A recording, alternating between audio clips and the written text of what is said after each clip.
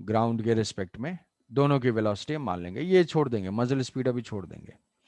हमने ग्राउंड के रिस्पेक्ट में वेलोसिटीज, ध्यान ये रखना है कि सारी वेलोसिटीज जो भी मोमेंटम कंजर्वेशन में वेलोसिटीज हैं वो एक ही फ्रेम ऑफ रेफरेंस से हमें अप्लाई करना है, मतलब ग्राउंड के फ्रेम ऑफ रेफरेंस से जनरली हम उसको अप्लाई करते हैं। तो इस बुलेट की वेलोसिटी हो गई v1, गन की वेलोसिटी हो गई v2 आफ्टर द ये मास क्या हो जाएगा गन फायर करने के बाद, मास इस गन का बचेगा m माइनस एम, एम एक बुलेट चला गया, capital M minus small M. हाँ एक बुलेट चला गया, बिफोर था ये टोटल लोडेड था तो कैपिटल एम था, अभी एक बुलेट गया। तो फ्रॉम कंजर्वेशन अब हॉरिजॉन्टल डायरेक्शन में, हॉरिजॉन्टल डायरेक्शन में एक्सटर्नल फोर्स जीरो है, external force zero, external force zero मतलब initial momentum is equal to final momentum, initial momentum is equal to final momentum.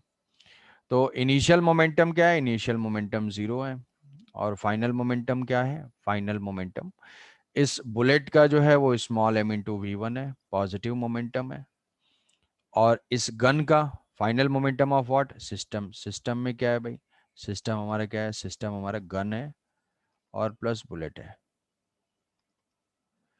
तो M V minus capital M minus small M, ये हो जाएगा we to, ये हो गया equation number 1।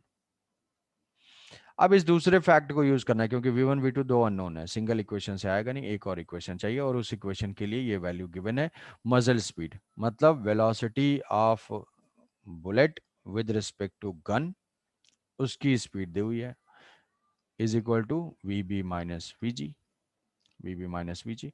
Velocity of bullet with respect to gun, bullet gun के respect में जा रहा है यू से, तो this is U, positive direction में है U, is equal to velocity of bullet, velocity of bullet मतलब ग्राउंड के रेस्पेक्ट में v1 minus velocity of gun, velocity of gun negative direction में तो माइनस v2, तो ये क्या आ जाएगा u is equal to v1 plus v2, v1 plus v2। अब ये चीज हम डायरेक्टली लिख भी सकते थे कि यार जब गन के रेस्पेक्ट में रिलेटिव वेलोसिटी है, गन के रेस्पेक्ट में, तो हम तो वैसे देखेंगे दो पार्टिकल की रिलेटिव वेलोसिटी क्या होगी, अगर एक v1 से जा रहा है दूसरा v2 से जा रहा है तो अपोजिट डायरेक्शन में है, तो रिलेटिव वेलोसिटी क्या हो जाएगी, ऐड कर देते हैं v1 प्लस v2, अगर दो सेम डायरेक्शंस में जाएंगे तो डिफरेंस लेते हैं, तो यहाँ पे दोनों अपोजिट डायरेक्शन हमने माना है और v1 plus v2 is equal to U लिख दिया, तो दूसरा सेकंड इक्वेशन जो हो जाएगा वो हो जाएगा u is equal to v1 plus v2, ये है इक्वेशन नंबर 2। इसको पुट करके सॉल्व कर लेंगे, इसको पुट करके सॉल्व कर लेंगे तो हमारा आएगा यहाँ से क्या, v1 by v2 is equal to capital M minus small m divided by small m। तो this v1 plus v2 U known है, इसको सॉल्व कर लेंगे तो हमारे पास गन की रिकॉइल स्पीड फाइंड करना है, तो हो जाएगा v2 is equal to small m divided by capital M minus sir small m। Capital v2 equal to m1v। Sir capital है v2 फाइंड करना है, v2 फाइंड करना है यहाँ से, तो ये हो जाएगा mu divided by capital M। Yes sir.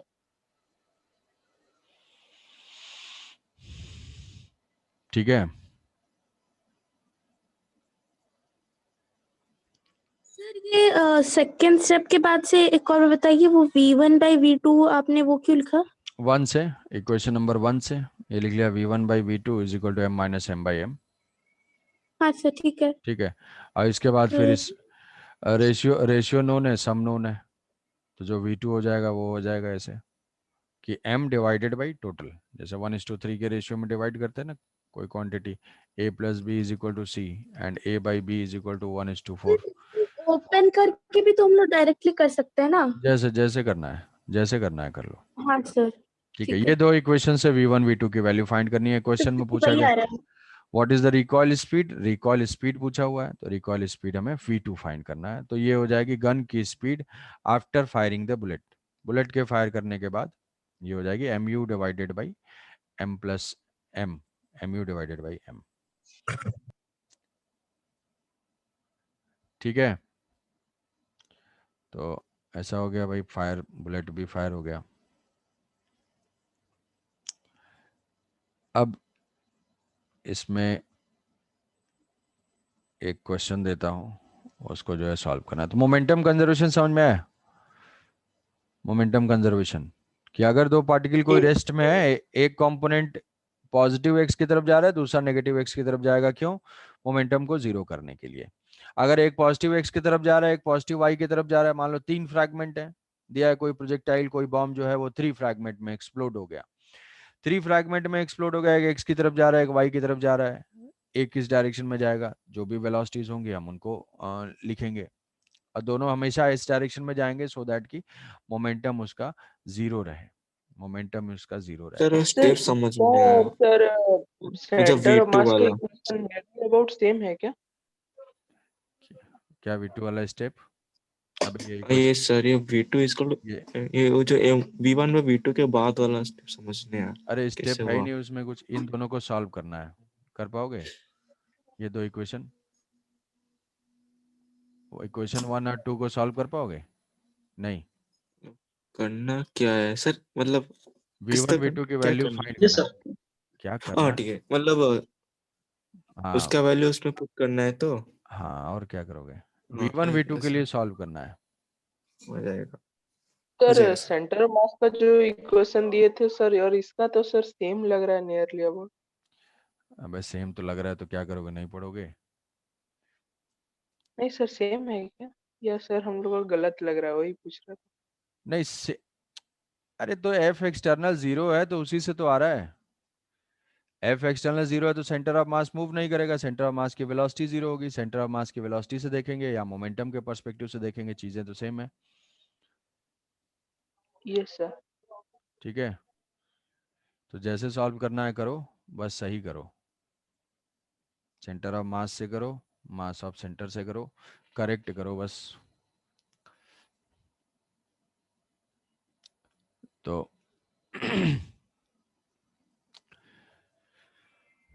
जैसे मान लो एक क्वेश्चन दे रहा हूँ, इसको अप्लाई करना है। कम से कम इस क्वेश्चन को सॉल्व करने में हाफ एन आवर जो है लगेंगे तुम्हें।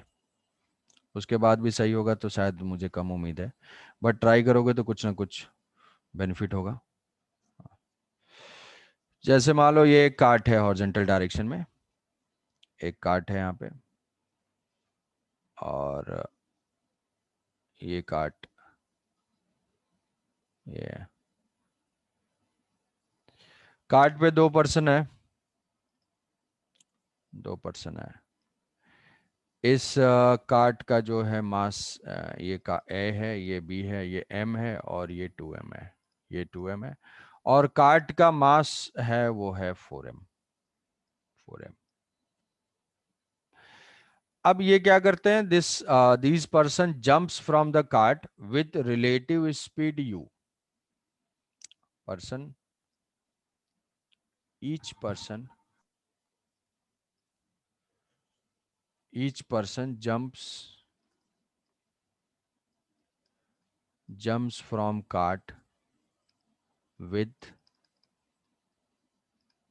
relative speed u। हर पर्सन जो है जब भी वो जंप करता है कार्ट के रेस्पेक्ट में u स्पीड से, कार्ट के रेस्पेक्ट में, समझ रहे हो? कार्ट के रेस्पेक्ट में मतलब जस्ट आफ्टर जंप। कि जैसे मान लो, खुद सोचो, थोड़ा विजुलाइज करो, प्लैंक वो किसी कार्ट पे है, अब वो जंप करेगा तो वो अगर राइट की तरफ जंप करेगा तो कार्ट किधर जाएगा, लेफ्ट या राइट? मोमेंटम को कंजर्व रखने के लिए अगर वो राइट की तरफ जंप करता है तो जो सिस्टम है वो सर लेफ्ट को। लेफ्ट की तरफ जाएगा। तो वेलोसिटी जो है उसका, तो इसमें इफ ईच पर्सन, जिस मोमेंट पे भी कोई पर्सन जंप करता है वो कार्ट के रेस्पेक्ट में रिलेटिव स्पीड u से जंप करता है, ये गिवन है। ठीक है, so find the velocity, final velocity of cart. Find final velocity of cart. Final velocity of cart find करना है व्हेन, पहला केस है फर्स्ट ए जंप्स, ऐसे लिख सकते हैं, A jumps followed by B, A followed by B, और B में बी फॉलोड बाय ए।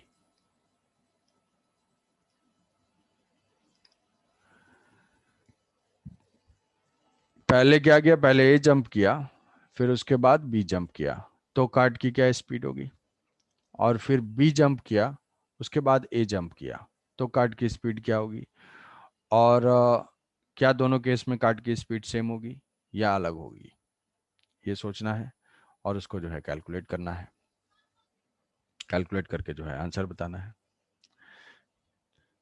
समझ पा रहे हो क्या करना है सर यस सर। कि, थोड़ा तो इसके लिए जैसे मान लो मैं ए के लिए मैं तुम्हें हिंट दे रहा हूँ, each person jumps with relative speed U, तो जो भी होगा, अब ये मोमेंटम कंजर्वेशन में सबसे इंपॉर्टेंट तुम्हें सेंटर ऑफ मास में भी बताया, बिफोर एंड आफ्टर का डायग्राम नहीं बनाओगे तो साइन कन्वेंशन में गलती कर दोगे। साइन कन्वेंशन में ज़्यादा जो है हीरो बनने की कोई ज़रूरत नहीं है, डायग्राम फोटो बनाओ, आलसी बनोगे तो नंबर नहीं मिलेगा। तो इन बिफोर की सिचुएशन तुमने ड्रॉ कर दिया यहाँ पे, बिफोर एंड आफ्टर। पहले मान लो ए जंप कर रहा है, ए जंप करेगा तो ऑब्वियसली वो लेफ्ट की तरफ ही जंप करना है, ऐसे ही इधर राइट में क्या काट का जंप करके काट पे ही थोड़ी आएगा, वो चीज़ नहीं है, वो सब इलॉजिकल डाउट नहीं। तो यहाँ से ये बी है और ये ए जंप कर गया, ये बिफोर है, before the jump, just before M2M and 4M। और आफ्टर में क्या है, आफ्टर में वेलोसिटीज तुम दिखा दोगे, ये ए जंप हुआ, ए की speed with respect to ground हो गई v1, और इस पूरे सिस्टम की जो स्पीड हो गई विद रिस्पेक्ट टू ग्राउंड हो गई v2, ऐसे ये v1 से गया, ये v2 से गया। तो अब इनिशियल मोमेंटम जीरो होगा, हॉरिजॉन्टल डायरेक्शन में कोई फोर्स नहीं है, तो इनिशियल मोमेंटम जीरो है, initial momentum is equal to final momentum, initial momentum is equal to final, initial zero है तो फाइनल भी जीरो होगा, तो क्या हो जाएगा 4m plus 2m 6m, 6m into V2 positive momentum, cart plus B का, कार्ट प्लस बी का, और प्लस इसका जो है माइनस m1 नेगेटिव में जा रहा है तो माइनस m इंटू V1, ये हो गया, एक इक्वेशन हमारे पास ये मिल गया।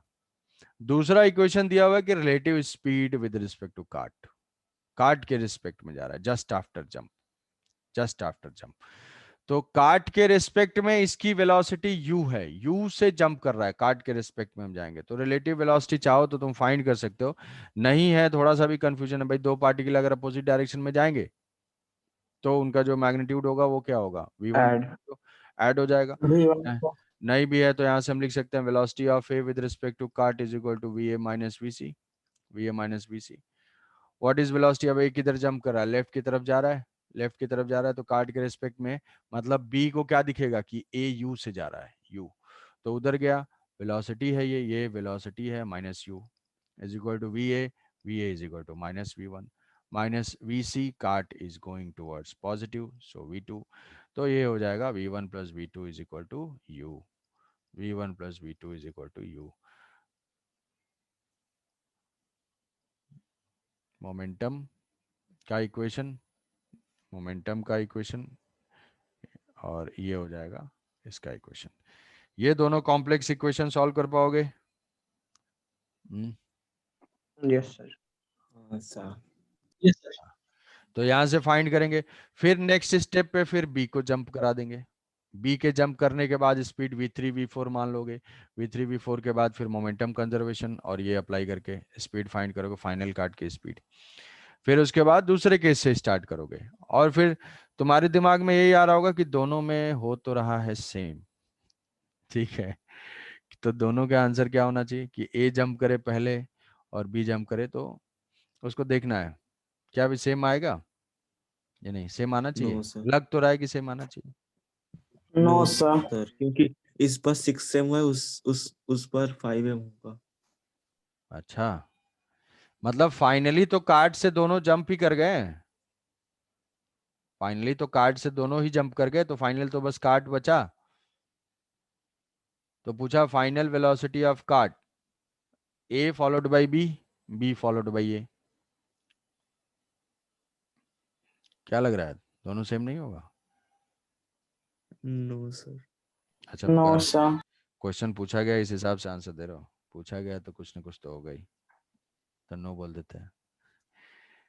ठीक है, ऐसा लगता है कि ये जो है दोनों सेम होने चाहिए, क्योंकि अल्टीमेटली कार्ड से दोनों जंप ही कर जा रहे हैं, बट उसको जो है कैलकुलेट करोगे, देखोगे, तो बहुत ही अलग है भाई। जैसे मान लो चलते हुए बस से जंप करने में और रुके हुए बस से जंप करने के लिए सेम स्पीड से किसी को जंप करना है, मान लो 10 मीटर पर सेकेंड से जंप करना है, तो थोड़ा सा डिफिकल्टी होती है या इजी होता है।